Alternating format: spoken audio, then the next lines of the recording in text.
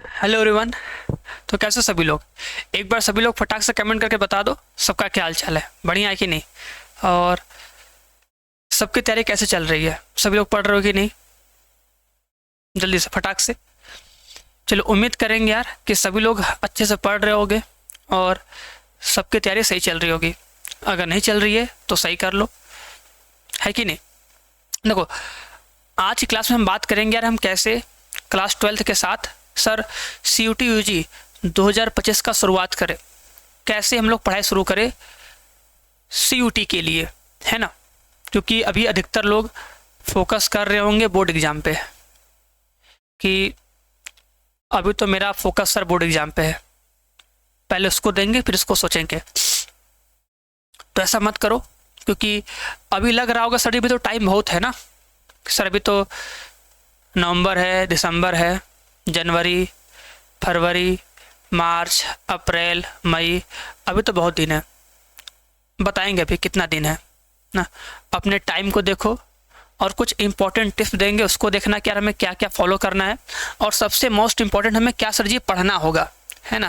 क्योंकि बहुत लोग को नहीं पता होगा सर जी हमको पढ़ना क्या है।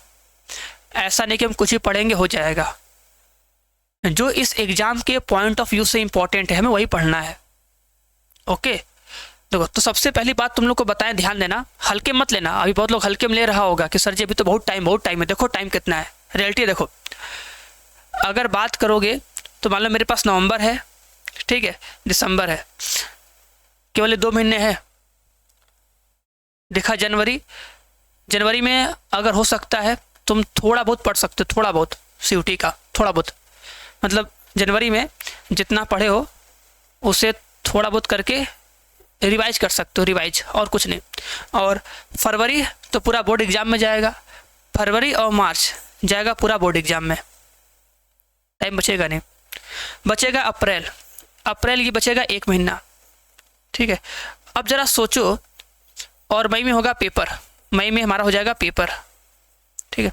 अब सोचो इस 1 महीने में तुम क्या क्या कर लोगे, खुद सोचो 1 महीने में क्या क्या कर लेंगे।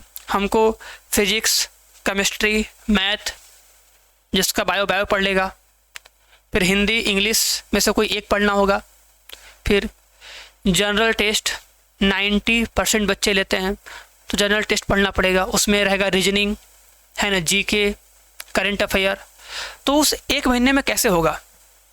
बहुत लोग को लग रहा होगा सर जी अभी तो टाइम है, हम कर लेंगे, हम बोर्ड एग्ज़ाम देंगे, बोर्ड एग्ज़ाम बाद तैयारी करेंगे, हो जाएगा, अच्छा नंबर आ जाएगा। तो जान लो अगर ये सोच रहे हो तो ऐसा कहीं पॉसिबल नहीं है। हाँ, एग्ज़ाम दे दोगे नंबर आ जाएगा, लेकिन इतना अच्छा नंबर नहीं आएगा कि यार हम लोग जिससे अच्छे कॉलेज में पढ़ पाएँ।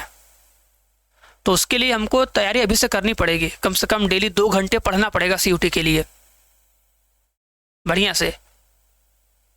तो एक टारगेट सेट कर लो कि इस दिसंबर तक हमें हमारे जो मेन सब्जेक्ट हैं फिजिक्स, केमिस्ट्री, मैथ, बायो, इनमें को मतलब इन सभी को ख़त्म करना है, जिसका जो मेन होगा ख़त्म करना है।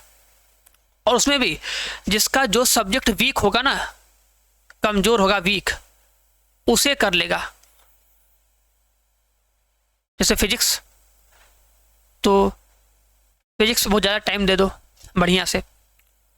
अगर किसी को लगता है कि सर जी मेरा मैथ सही नहीं है तो मैथ को टाइम दे दो ज़्यादा। अगर किसी को लगता है सर मेरा केमिस्ट्री सही नहीं है तो केमिस्ट्री को टाइम दो, है ना, बढ़िया से। तो एक टाइम सेट कर लो, सर जी हमको नवंबर दिसंबर में कंप्लीट करना है बढ़िया से, और जनवरी में अगर टाइम मिल गया तो करेंगे रिवीजन। वैसे टाइम मिलेगा नहीं, क्योंकि फरवरी होता है बोर्ड एग्ज़ाम, मार्च होता है बोर्ड एग्ज़ाम, तो इसमें भी ना के बराबर ही पढ़ोगे, ना के बराबर, एकदम ना के बराबर। तो ये 2 महीने है, इस 2 महीने में जितना करना है कर लो। क्योंकि अगर एक बार हम सब टॉपिक पढ़े रहेंगे, समझे रहेंगे, तो लास्ट के ये 1 महीने से 1.5 महीने में हम उनको अच्छे से प्रैक्टिस कर पाएंगे, है कि नहीं। और सबसे मोस्ट इम्पॉर्टेंट बात बताएंगे, ध्यान देना, कि अब कैसे करना है चीज़ों को, है कि नहीं। हमको सर जी क्या क्या पढ़ना होगा, आएगा ना सर जी हमको क्या क्या पढ़ना होगा, ये तो बताइए। शुरुआत तो करेंगे हम लोग, ये जान लेना, शुभ मुहूर्त का इंतजार मत करना कि दिवाली बाद पढ़ेंगे या सोमवार से पढ़ेंगे या 1 तारीख से पढ़ेंगे, ये नहीं। आज तो आज सोचना कि ठीक है आज सर बताए हैं तो आज कम से कम 1 लेक्चर तो पढ़ेंगे, या तो मैथ पढ़ेंगे या फिजिक्स पढ़ेंगे या केमिस्ट्री पढ़ेंगे या इंग्लिश पढ़ेंगे, जीटी पढ़ेंगे, जो मन करेगा पढ़ेंगे, लेकिन पढ़ेंगे जरूर। और क्या पढ़ना है, ध्यान देना, क्या पढ़ना है, तो जो हमारा जो एनसीईआरटी होगा ना, जैसे एनसीईआरटी हुआ तो उस एनसीईआरटी का कंप्लीट कॉन्सेप्ट ये अच्छे से एकदम पढ़ लो। कोई भी एक चैप्टर उठाओ, जानो देखो बोर्ड एग्जाम में क्या होता है, बोर्ड एग्जाम जो होता है, इस बोर्ड एग्जाम में क्या होता है, फिक्स होता है। फिक्स क्या होता है, क्वेश्चन फिक्स होता है कि भैया ये क्वेश्चन आएगा, है कि नहीं। मतलब लगभग देखो तो 80% क्वेश्चन होता है रिपीटेड, कि यार ये क्वेश्चन आया था तो इस बार भी आएगा, 5-6 साल से ये आता है तो ये आएगा। और इसमें क्या होता है, हम लोग उस क्वेश्चन को 4 बार 5 बार लगाते हैं तो क्वेश्चन रट जाता है कि नहीं। अगर तो अब बोल सर जी रट जाता है, अरे सोचो अगर कोई क्वेश्चन इंपॉर्टेंट है, सोचो मैथ का कोई क्वेश्चन इंपॉर्टेंट है जो आज तक पढ़े हो, तो वो जो क्वेश्चन इंपॉर्टेंट होगा उसे अगर हम 3 बार 4 बार लगाते हैं तो रट जाता है कि नहीं। लेकिन हमें यहाँ पे एनसीईआरटी में, मतलब जो सीयूटी वाला एग्जाम होगा, इस सीयूटी के एग्जाम के लिए हमें किसी क्वेश्चन को 4 बार 5 बार इंपॉर्टेंट करके रटना नहीं है। हाँ, जो बोर्ड एग्जाम के लिए हुआ वो ठीक है, ये बेस्ट है, ऐसा होना भी चाहिए। सवाल को 4 बार 5 बार लगाए तो दिमाग में सेट हो जाना चाहिए, है कि नहीं, ये तो ठीक है। लेकिन हमें सीयूटी में क्या करना होगा, हमें कंप्लीट कॉन्सेप्ट को समझना होगा कि जिससे जब एग्जाम में क्वेश्चन आए, जब ऑब्जेक्टिव क्वेश्चन पूछे तो उसको हम अपने कॉन्सेप्ट से सॉल्व कर पाएँ बढ़िया से। क्योंकि यहाँ पे कोई रिपीटेड सवाल नहीं आएगा, यहाँ पे कॉन्सेप्ट बेस आएगा। अगर हमें चीज़ें वो मतलब टॉपिक अच्छे से क्लियर है, उस टॉपिक का कॉन्सेप्ट अच्छे से आता है, उसके क्वेश्चन को बहुत अच्छे से समझ के किए हैं, तो आराम से क्वेश्चन कर लेंगे। तो इसमें पूरा फोकस करना अपने एनसीईआरटी कॉन्सेप्ट की, हर एक टॉपिक के कॉन्सेप्ट को अच्छे से पढ़ना है, उसके फॉर्मूले को बहुत अच्छे से समझना है कि क्वेश्चन कैसा पूछेगा हम कर लेंगे। ओके, और उसके बाद जो कि देखो हिंदी और इंग्लिश है, देखो क्योंकि सभी लोग हिंदी या इंग्लिश में से कोई एक सब्जेक्ट चूज करोगे या कोई कोई दोनों भी करता है ना। अब देखो इसको पढ़ना कैसे है, तो एक काम करना, बस हिंदी का और इंग्लिश का जो PYQ सीरीज होगा ना, इस PYQ सीरीज को देखना और कुछ नहीं।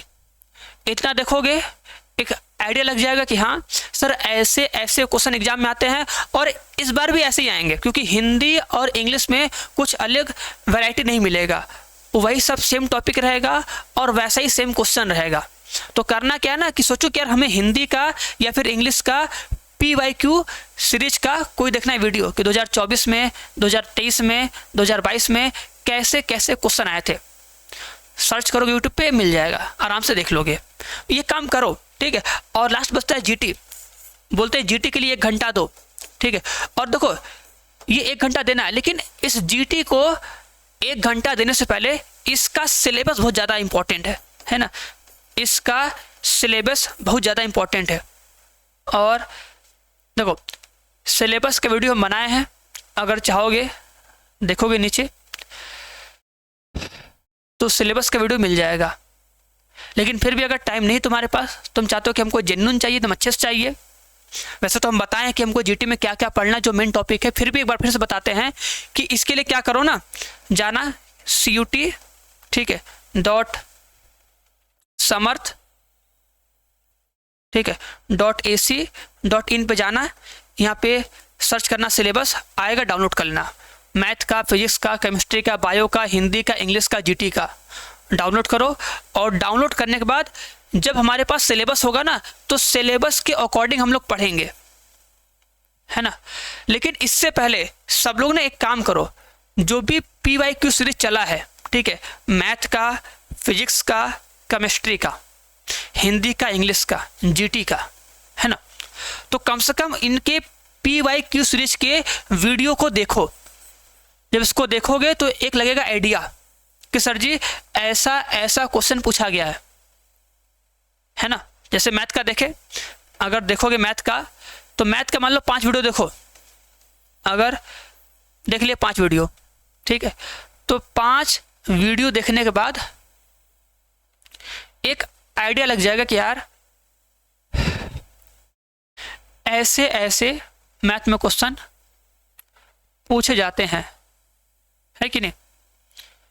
तो एक बार सब लोग सभी सब्जेक्ट के PYQ लेक्चर्स को देख लो, कम से कम 4 लेक्चर 5 लेक्चर देखो, जिससे कि आइडिया लगे कि हाँ इस टॉपिक से, इस चैप्टर से ऐसे क्वेश्चन एग्जाम में आए गए हैं। अगर ऐसे क्वेश्चन पूछे गए हैं तो जब हम लोग अपने कॉन्सेप्ट को पढ़ेंगे, कॉन्सेप्ट को समझेंगे, तो उसमें उस टॉपिक को बहुत ज़्यादा टाइम देंगे कि यार वो हमको अच्छे से आ जाए, और फिर उसके जैसे सवाल अगर एग्जाम में आएंगे तो हम कर लेंगे। ये होना चाहिए तरीका पढ़ने का, है ना। तो सबसे पहले सब लोग PYQ वीडियो देखो, PYQ का देखो लेक्चर, जिससे कि सबको एक पता चल जाएगा कि कैसे कैसे क्वेश्चन आते हैं। उसके बाद फिर जाओ सिलेबस पे देख के फिर अपने कंप्लीट NCERT को ख़त्म करो, और कैसे ख़त्म करना बताया ना वैसे ही करना है। और हाँ, हिंदी या इंग्लिश का देखना PYQ, उससे काम हो जाएगा। और GT का डेली 1 घंटा देना टॉपिक ख़त्म करने में, कोई भी है, क्योंकि जान लो लास्ट में टाइम नहीं बचेगा। हम टाइम तुमको दिखा दे रहे, इस टाइम को देखो, सोच लो टाइम कितना है। अगर किसी को लगता है कि नहीं सर ये टाइम बहुत है, हम पढ़ लेंगे एग्जाम बाद, तो टाइम नहीं बचेगा। उस 1 महीने में हम लोग physics, chemistry, math, Hindi, English क्या क्या कर पाएंगे। तो अगर अभी से हम नहीं करेंगे तो कुछ नहीं होगा। तो कम से कम अभी से हिंदी, इंग्लिश, GT, इन सभी को ख़त्म करो, ओके, बढ़िया से। और सभी लोग कम से कम कमेंट करके जाया करो कि हाँ सर जी हम कमेंट, मतलब हम करेंगे ऐसा ना, सर जी आज से हम शुरुआत करेंगे, कम से कम 1 लेक्चर देखेंगे, हिंदी का देखेंगे 1 लेक्चर, या फिर मैथ का आज से हम लोग PYQ सीरीज का वीडियो देखना स्टार्ट करेंगे। थोड़ा सा सीरियस बनो, सीरियस ना, टाइम बहुत कम बचा है फिर, ये जान लो। चलो, तो बस यही बताना चाहते हैं कि तैयारी शुरू कर दो, टाइम बहुत कम बचा है। और अगर फिर भी कोई कन्फ्यूजन हो, कोई डाउट हो, तो उसे कमेंट बॉक्स में कमेंट करके जा सकते हो, और हम नेक्स्ट टाइम से वीडियो बना देंगे। जो भी डाउट रहे उसको पूछ लेना, ओके। चलो, तो बस आज के लिए इतना ही। सब लोग इसका ले लो स्क्रीनशॉट कि सबको अच्छे से याद रहे कि कितना टाइम बचा है ना। चलो, सभी को बाय बाय, सभी को टाटा, और सभी को जय मां सरस्वती। मिलते हैं हम लोग नेक्स्ट क्लास में।